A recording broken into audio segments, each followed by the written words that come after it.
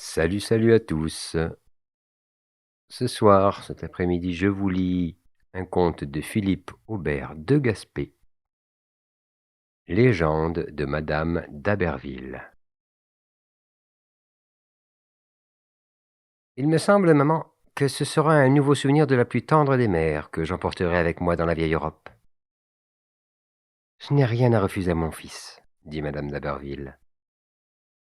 Et elle commença la légende qui suit. Une mère avait une enfant unique. C'était une petite fille blanche comme le lit de la vallée, dont les beaux yeux d'azur semblaient se porter sans cesse de sa mère au ciel et du ciel à sa mère, pour se fixer ensuite au ciel. Qu'elle était fière et heureuse, cette tendre mère, lorsque dans ses promenades chacun la complimentait sur la beauté de son enfant, sur ses joues aussi vermeilles que la rose qui vient d'éclore, sur ses cheveux aussi blonds, aussi doux que les filaments du lin dans la filerie, et qui tombaient en boucles gracieuses sur ses épaules. Oh oui, elle était bien fière et heureuse, cette bonne mère. Elle perdit pourtant un jour l'enfant qu'elle idolâtrait. Et comme la Rachel de l'Écriture, elle ne voulait pas être consolée. Elle passait une partie de la journée dans le cimetière, enlaçant de ses deux bras la petite tombe où dormait son enfant. Elle l'appelait de sa voix la plus tendre, et folle de douleur, elle s'écriait. Emma, ma chère Emma, c'est ta mère qui vient te chercher pour te porter dans ton petit berceau, où tu seras couchée si chaudement. Emma, ma chère Emma, tu dois bien avoir froid sous cette terre humide. Et elle prêtait l'oreille en la collant sur la pierre glacée, comme si elle eût attendu une réponse. Elle tressaillait au moindre bruit et se prenait à sangloter en découvrant que c'étaient les murmures du saule pleureur, agité par l'aquilon. Et les passants disaient. L'herbe du cimetière, sans cesse arrosée par les larmes de la pauvre mère, devrait être toujours verte. Mais ces larmes sont si amères qu'elles la dessèchent comme le soleil ardent du midi après une forte averse. Elle pleurait assise sur les bords du ruisseau, où elle avait mené si souvent jouer avec les cailloux et les coquilles du rivage, où elle avait lavé tant de fois ses petits pieds dans ces ondes pures et limpides. Et les passants disaient. La pauvre mère verse tant de larmes qu'elle augmente le cours du ruisseau. Elle rentrait chez elle pour pleurer dans toutes les chambres où elle avait été témoin des ébats de son enfant. Elle ouvrait une valise dans laquelle elle conservait précieusement tout ce qui lui avait appartenu. Ses hardes, ses jouets, la petite coupe de vermeil dans laquelle elle lui avait donné à boire pour la dernière fois. Elle saisissait d'une main convulsive un de ses petits souliers, l'embrassait avec passion, et ses sanglots auraient attendri un cœur de diamant.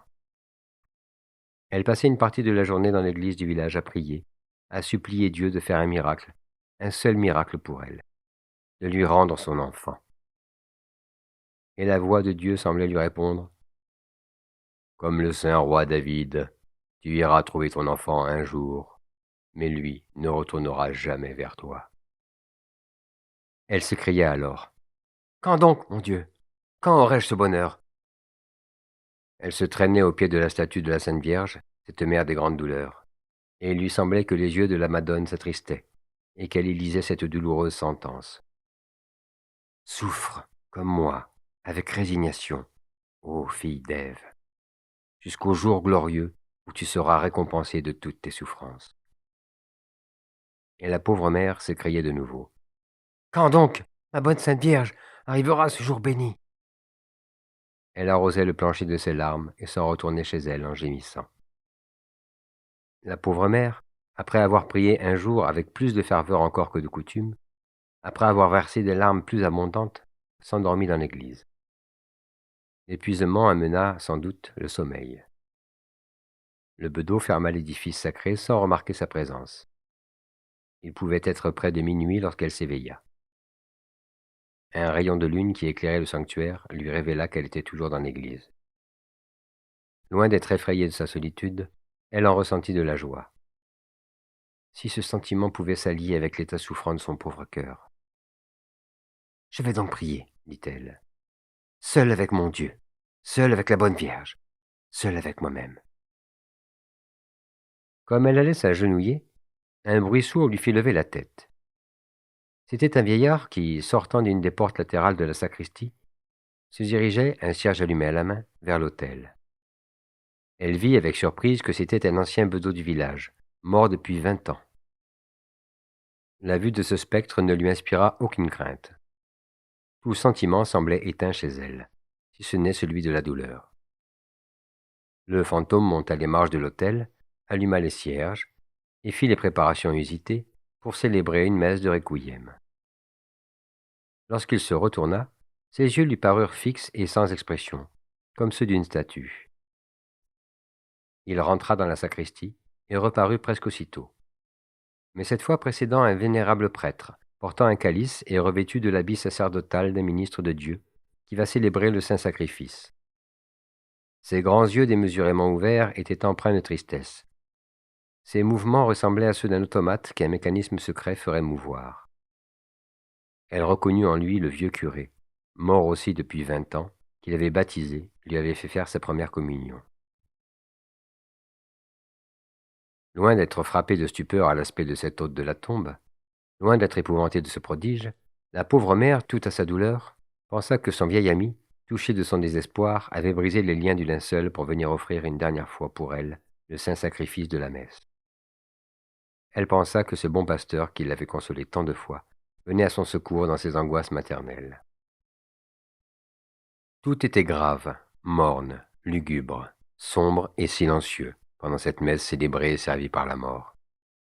Les cierges même jetaient une lumière pâle comme celle d'une lampe qui s'éteint.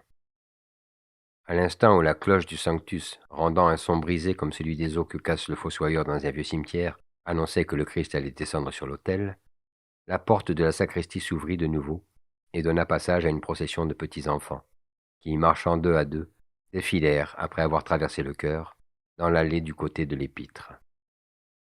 Ces enfants, dont les plus âgés paraissaient avoir à peine 6 ans, portaient des couronnes d'immortels, et tenaient dans leurs mains les uns des corbeilles pleines de fleurs et des petits vases remplis de parfums, les autres des petites coupes d'or et d'argent contenant une liqueur transparente. Ils s'avançaient tous d'un pas léger, et la joie rayonnait sur leurs visages célestes. Une seule, une petite fille, à l'extrémité de la procession, semblait suivre les autres péniblement, chargée qu'elle était de 2 immenses seaux qu'elle traînait avec peine. Ses petits pieds, rougis par la pression, ployaient sous le fardeau, et sa couronne d'immortelle paraissait flétrie. La pauvre mère voulut tendre les bras, pousser une acclamation de joie en reconnaissant sa petite fille, mais ses bras et sa langue se trouvèrent paralysés. Elle vit défiler tous ses enfants près d'elle dans l'allée du côté de l'Évangile, et en reconnut plusieurs que la mort avait récemment moissonnés. Lorsque sa petite fille, ployant sous le fardeau, passa à côté, elle remarqua qu'à chaque pas qu'elle faisait, les 2 seaux qu'elle traînait avec tant de peine arrosaient le plancher de l'eau dont ils étaient remplis jusqu'au bord. Les yeux de l'enfant, lorsqu'ils rencontrèrent ceux de sa mère, exprimèrent la tristesse, ainsi qu'une tendresse mêlée de reproches. La pauvre femme fit un effort pour l'enlacer dans ses bras, mais perdit connaissance. Lorsqu'elle revint de son évanouissement, tout avait disparu. Dans un monastère, à une lieue du village, vivait un cénobite qui jouissait d'une grande réputation de sainteté. Ce saint vieillard ne sortait jamais de sa cellule que pour écouter avec indulgence les pénibles aveux des pécheurs, ou pour secourir les affligés. Il disait au premier: « Je connais la nature corrompue de l'homme. Ne vous laissez pas abattre. Venez à moi avec confiance et courage chaque fois que vous retomberez, et chaque fois mes bras vous seront ouverts pour vous relever. » Il disait au second: « Puisque Dieu, qui est si bon, vous impose la souffrance, c'est qu'il vous réserve des joies infinies. » Il disait à tous: « Si je fais l'aveu de ma vie, vous seriez étonnés de voir en moi un homme qui a été le jouet des passions les plus effrénées, et mes malheurs vous feraient verser des torrents de larmes. » La pauvre mère se jeta en sanglots aux pieds du saint moine et lui raconta le prodige dont elle avait été témoin. Le compatissant vieillard, qui connaissait à fond la nature humaine, n'y vit qu'une occasion favorable de mettre un terme à cette douleur qui surpassait tout ce que sa longue expérience lui avait appris des angoisses maternelles. « Ma fille, ma chère fille, lui dit-il, notre imagination surexcitée nous rend souvent le jouet d'illusions qu'il faut presque toujours rejeter dans le domaine des songes. Mais l'Église nous enseigne aussi que des prodiges semblables à celui que vous me racontez peuvent réellement avoir lieu. Ce n'est pas à nous, être stupides et ignorants, à poser des limites à la puissance de Dieu. Ce n'est pas à nous à scruter les décrets de celui qui a saisi les mondes dans ses mains puissantes et les a lancés dans des espaces infinis. J'accepte donc la vision telle qu'elle vous est apparue. Et l'admettant, je vais vous l'expliquer. Ce prêtre, sorti de la tombe pour dire une messe de requiem, a sans doute obtenu de Dieu la permission de réparer une omission dans l'exercice de son ministère sacré. Et ce bedeau, par oubli ou négligence, en avait probablement été la cause. Cette procession des jeunes enfants couronnés d'immortels signifie ceux qui sont morts sans avoir perdu la grâce de leur baptême. Ceux qui portaient des corbeilles de fleurs, des vases où brûlaient les parfums les plus exquis, sont ceux que leur mère, résignée au décret de la Providence, ont offert à Dieu, sinon avec joie, ce qui n'est pas naturel, du moins avec résignation, en pensant qu'ils échangeaient une terre de misère pour la céleste patrie, où, près du trône de leur Créateur, ils chanteront ses louanges pendant toute une éternité. Dans les petites coupes d'or et d'argent étaient les larmes que la nature, avare de ses droits, avait fait verser aux mères qui, tout en faisant un cruel sacrifice, s'étaient écriées comme le saint homme Job.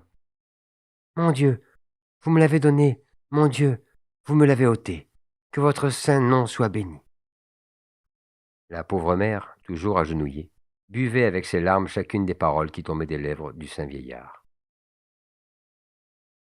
Comme Marthe s'écriant aux pieds du Christ, « Si vous eussiez été ici, Seigneur, mon frère ne serait pas mort. Mais je sais que présentement même, Dieu vous accordera tout ce que vous lui demanderez. » Elle répétait dans sa foi ardente, « Si vous eussiez été près de moi, mon père, ma petite fille ne serait pas morte.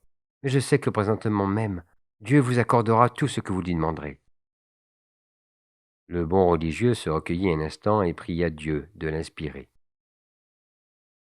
C'était alors une sentence de vie ou de mort qu'il fallait prononcer sur cette mère qui paraissait inconsolable. Il fallait frapper un grand coup qui la ramena à des sentiments plus raisonnables, ou qui brisa à jamais ce cœur prêt à éclater. Il prit les mains de la pauvre femme dans ses mains sèches et crispées par l'âge, les serra avec tendresse et lui dit de sa voix la plus douce. « Vous aimiez donc bien l'enfant que vous avez perdu ?»« Si je l'aimais, mon père. Oh, mon Dieu, quelle question !» Et comme une insensée, elle se roula en gémissant aux pieds du vieillard. Puis, se relevant tout à coup, elle saisit le bas de sa soutane et lui cria d'une voix brisée par les sanglots. « Vous êtes un saint, mon père, mon enfant. Rendez-moi mon enfant, ma petite Emma. » « Oui, dit le moine, vous aimiez bien votre enfant. Vous auriez fait beaucoup pour lui épargner une douleur, même la plus légère. »« Tout, mon père, s'écria la pauvre femme. Je me serais roulé sur des charbons ardents pour lui épargner une petite brûlure. »« Je le crois, dit le moine. Et vous l'aimez sans doute encore ? » ?»« Si je l'aime, bonté divine, dit la pauvre mère en se relevant d'un bond, comme mordue au cœur par une vipère. Si je l'aime, on voit bien, prêtre, que vous ignorez l'amour maternel, puisque vous croyez que la mort même puisse l'anéantir. » Et, tremblant de tout son corps, elle versa de nouveau un torrent de larmes. « Retirez-vous, femme, dit le vieillard d'un ton de voix qu'il s'efforçait de rendre sévère. « Retirez-vous, femme qui êtes venue m'en imposer. Retirez-vous, femme qui mentez à Dieu et à son ministre.